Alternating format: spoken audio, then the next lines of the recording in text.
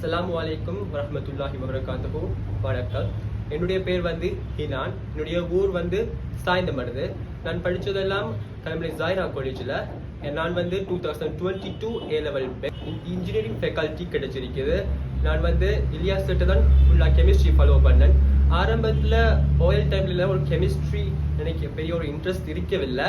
ஒரு சப்ஜெக்ட் அந்த அளவு தான் இருந்தது. பிறகு இலியாஸ் கிட்ட வந்ததுக்கு பிறகு தான் கெமிஸ்ட்ரியில் ஒரு இன்ட்ரெஸ்ட், ஒரு தனிப்பட்ட ஒரு ஈர்ப்பு வந்துச்சுட்டு சொல்லலாம்.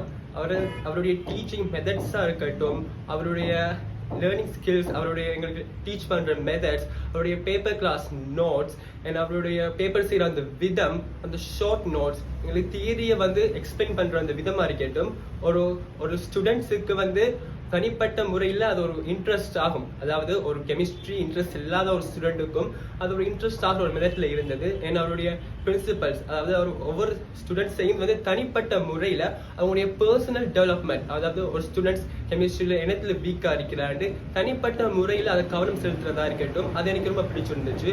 அதே நேரம் கெமிஸ்ட்ரி மட்டும் இல்லை, மற்ற சப்ஜெக்டை பற்றியும் ஒரு ஸ்டூடெண்ட்ஸ் கேர் எடுத்து அவங்ககிட்ட விசாரிக்கிற விதமும் எனக்கு மிச்சம் ஒரு புதுசாக இருந்துச்சு. ஒரு சார் இப்படியும் விசாரிக்கலாமான்னு ஒரு ஆச்சரியமாகவும் இருந்தது.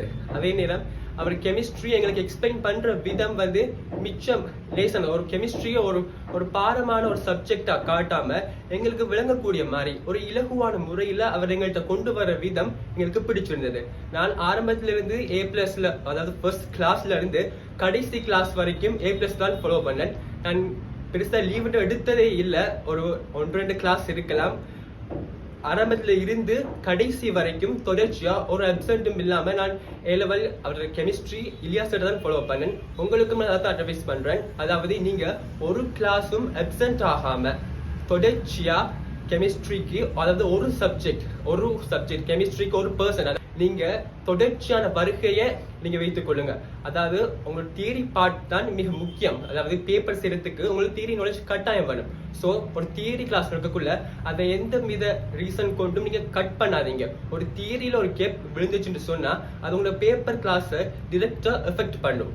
அதே நேரம் நீங்க பேப்பர் செய்யக்குள்ள அவங்களோட பேப்பர் செய்கின்ற மெத்தட்ஸ் நீங்க ஒரு அட்வைஸ் கேட்டு ஒரு பேப்பர் செய்யற மெத்தட்டை நீங்களாகவே ஒரு மெத்தட்டை பில்ட் பண்ணி கொள்ளாம ஒரு தனிப்பட்ட முறையில ஒரு அனுபவம் உள்ள ஒரு நபர்கிட்ட அட்வைஸ் கேட்டு அதை நீங்க உங்களுக்கு ஏத்த மாதிரி வடிவமைச்சு கொண்டது மிக பெட்டரா இருக்கும். அந்த வகையில நீங்க இலியாஸ் கிட்ட எப்பவும் அட்வைஸ் கேட்கலாம். அவர் நல்ல ஒரு அட்வைஸ் பண்ணக்கூடிய ஒரு ஆள். தனிப்பட்ட முறையில உங்கள நிறைய கேர் எடுப்பார்.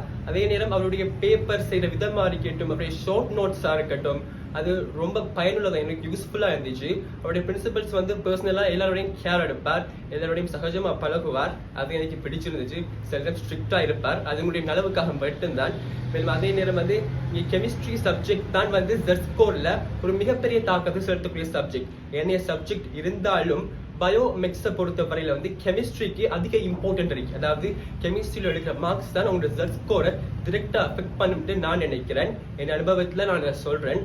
அதே நேரம் நீங்க உங்களோட பேப்பர் நீங்க செய்த விதமா இருக்கட்டும், அதே நேரம் நீங்க ஒரு பேப்பர் அணுகிற முறையா இருக்கட்டும், அதை ஒரு சாருடைய வழிகாட்டுதல கீழே, அவருடைய அட்வைஸுக்கு கீழே நீங்க அமைச்சு கொண்டு அது மிச்சம் நல்ல மட்டும் நான் நினைக்கிறேன். அதே நேரம் 3 பாடத்தையும் நீங்க பெரலலா கொண்டு போக வேண்டும். அதாவது சார் நம்மளுக்கு படிச்சு தரார் அப்படின்ட்டு நீங்க செல்ஃபா ஒர்க் அவுட் பண்ணாம இருந்தாலும் அது உங்களை எஃபெக்ட் பண்ணும். ஒரு சாரோட வழிகாட்டுதல் கீழே நீங்களும் கொஞ்சம் ஹார்ட் ஒர்க், ஸ்மார்ட் ஒர்க் பண்ணி ஆகணும். அப்பதான் உங்களுடைய மார்க்ஸையும் நீங்க டெவலப் பண்ணிக்கொள்ள இயலும். அதான் நான் உங்களுக்கு தரக்கூடிய மெயின் அட்வைஸா இருக்குது. So wish you all the best sir. Wish you all the luck students. நான் இது ஒரு வாய்ப்பா பயன்படுத்திக் சாருக்கு தேங்க் பண்றதுக்கும் அவருக்கு நீண்ட நாளையும் நான் பிரார்த்தித்துக் கொள்கிறேன்.